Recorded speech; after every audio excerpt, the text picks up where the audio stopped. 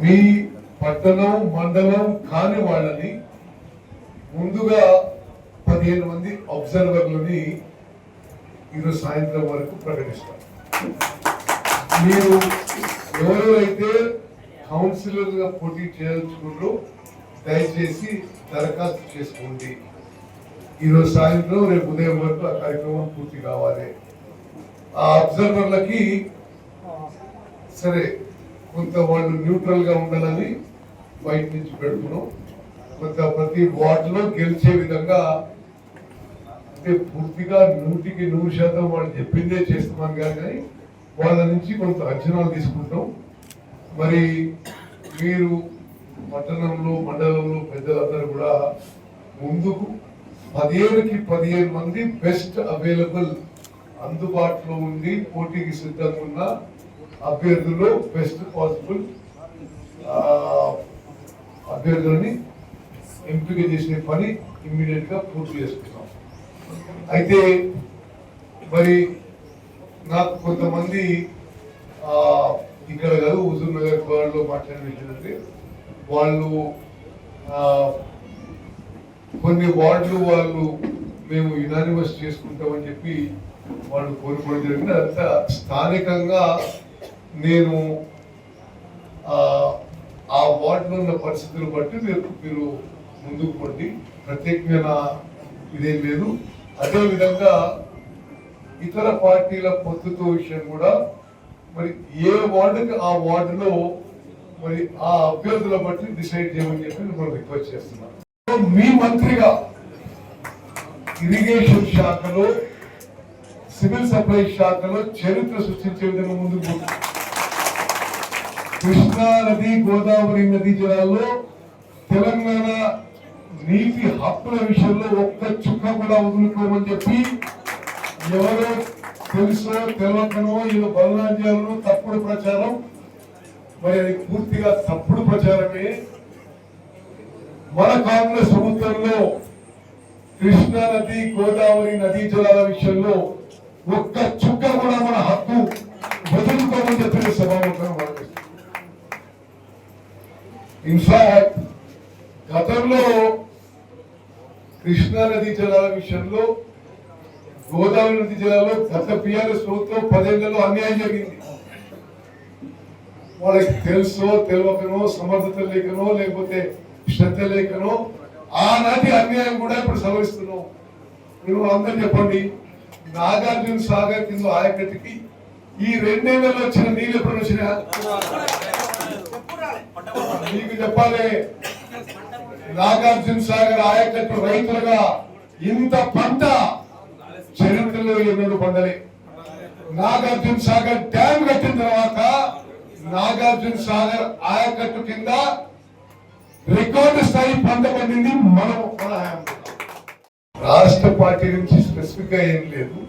స్థానికంగా ఆ వార్డులో ఆ మున్సిపాలిటీలో ఉన్న పరిస్థితులను బట్టి నిర్ణయం తీసుకోవాల్సిందిగా మరి మనందరం కూడా ఆ విధంగా ముందుకు పోదామని చెప్పి నేను మాట్లాడుతున్నాను. మరి నేర్చెల్ల మున్సిపాలిటీకి నేను ఇక్కడ ఎమ్మెల్యే కాకముందు ఎమ్మెల్యే అయినాక ఏ విధంగా నేర్చెల్ల మున్సిపాలిటీ మారిందో విలేకరు మిత్రులు మీరే దాన్ని అంచనా వేసి జనానికి తెలియజేయాల్సిన అవసరం ఉంది. నేర్చెల్ల మున్సిపాలిటీపై నా దృష్టికి వచ్చిన అన్ని విషయాలపై దృష్టి పెట్టి నేర్చెల్ల మున్సిపాలిటీ మరి వేగవంతంగా అభివృద్ధి చేయడానికి పలు కార్యక్రమాలు చెప్పినాం. ఇప్పుడు వెంకటరెడ్డి గారు చాలా విషయాలు చెప్పిండు. ఇంకొక 15 కోట్లు మంజూరై ఇప్పుడు టెండర్ ప్రక్రియ స్టేజ్ లో ఉన్నాయి. అది కూడా వెంటనే ఆ టెండర్ పూర్తి చేసి పనులు మొదలుపెట్టే విధంగా కృషి చేస్తాం. అదేవిధంగా నేర్చెల్ల పాలకీడు మండలాల్లో గతంలో ఎవరు ఊహించని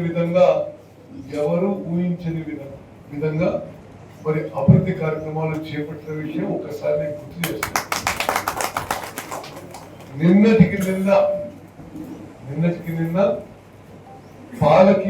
పాలకీడు మండలంలో ఉన్న జాన్పాడ్ లిఫ్ట్ ఇరిగేషన్ స్కీమ్ కి విలేకరులకు నేను పూర్తి వివరాలు ఇస్తాను.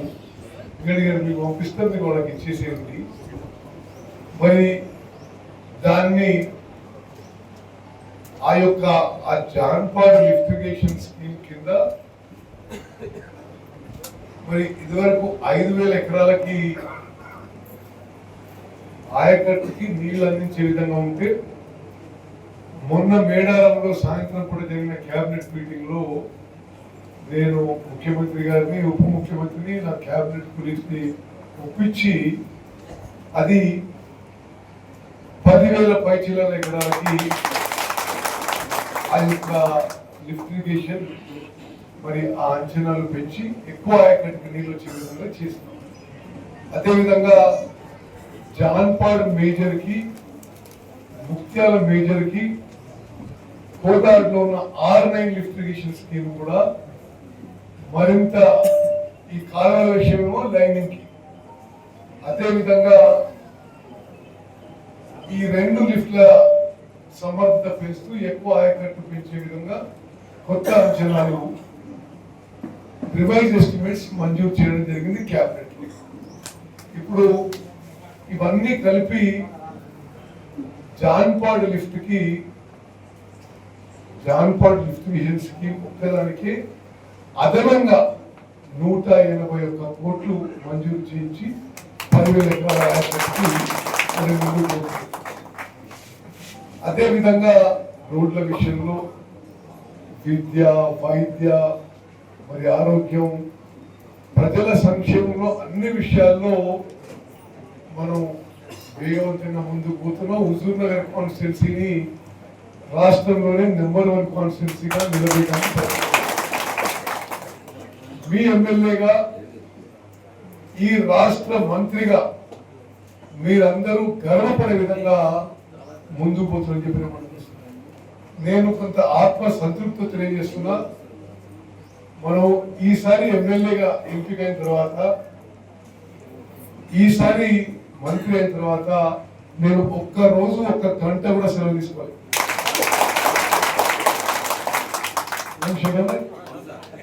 ఒక్క గంట కూడా సరే. మీరు అందరూ ఎక్కువ తెలిపిస్తే అప్పుడప్పుడు ఇరిటేట్ అయితే అవసరం కానీ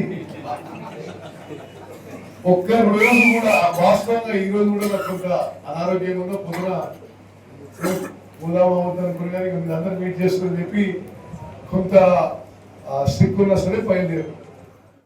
మంచి రేట్లు కొనుగోలు చేసినాం. 48 గంటల్లో మీకు MSP ఇచ్చినాం. సన్న రకాలకి 500 రూపాయలు బోనస్ ఇస్తాం. మరి అదే విధంగా గతంలో మనకి తొడ్డుగా వచ్చేది. ముఖ్యమంత్రి రేవంత్ రెడ్డి గారు నేను చర్చించుకొని రాష్ట్రంలో మన అందరం తినే విధంగా దొడ్డు బియ్యం తీసేసి 6 కిలోల ఉచితంగా సన్న బియ్యం ఇస్తుంది. అడిగిన వాళ్ళందరికీ రేషన్ కార్డు ఇస్తున్నాం. నీటి జలాలు కాపాడుతున్నాం. పాత ప్రాజెక్టు పూర్తి చేయడానికి, కొత్త ప్రాజెక్టులు నిర్మించడానికి వేగవంతంగా ముందుకు పోతున్నాం. మరి నా తమ్ముళ్ళు, అన్నలు, అక్కలు, చెల్లెలు మీరు మరి అందరూ సంతృప్తితో ఎవరికైనా చెప్పగలుగుతారు. మా ఎమ్మెల్యేగా, రాష్ట్ర ఇరిగేషన్ సివిల్ సప్లైస్ మినిస్టర్ గా మా ఉత్తమన్న రాష్ట్రానికి మేలు చేస్తుండు, కాన్స్టిట్యున్సీకి మేలు చేస్తుండు, ప్రతి పౌరునికి, ప్రతి రైతుకి, రైతు కూలీకి మేలు చేస్తున్న విషయం కూడా నేను మాట్లాడుతున్నాను. మరి మిత్రులారా, నేరేడ్చర్ల మున్సిపల్ ఎలక్షన్ విషయంలో మీరందరూ శ్రద్ధ వహించాలని చెప్పి మేము కోరుకుంటూ, సరే అదేవిధంగా కౌన్సిలర్ కావాలని, చైర్మన్ ఎలక్షన్ చాలా మంది కోరుకుంటుంది. అది అందరూ సమన్వయంతో చేస్తాం. సరే, ఇక్కడ ఈ మున్సిపాలిటీలో కొందరికి పదవులు వస్తే నేను రాని వాళ్ళకి కూడా ఏదో ఒకటి గవర్నమెంట్ లో పదవి ఏర్పాటు చేస్తానని చెప్పి సభాముఖంగా. ఇంకో ముఖ్యమైన ప్రకటన, 23వ తారీఖు గౌరవనీయులు రాష్ట్ర గవర్నర్ గారు మట్టపల్లి గుడి దర్శనానికి నేను ఆహ్వానించాను. ఆ సందర్భంగా మరి హుజూర్ నగర్ చరిత్రలో నిలబడిపోయే విధంగా హుజూర్ నగర్ కి 123 కోట్లతో మంజూరు చేయించిన గవర్నమెంట్ అగ్రికల్చర్ కాలేజ్ కూడా శంకుస్థాపన చేయించారు. ఆ ప్రోగ్రాం కూడా అందరూ సహకరించాలని చెప్పి మిమ్మల్ని కోరుకుంటూ, మరి మీ అందరికీ మరోసారి ధన్యవాదాలు తెలియజేస్తూ ముగిస్తున్నారు. జై హింద్, జై కాంగ్రెస్.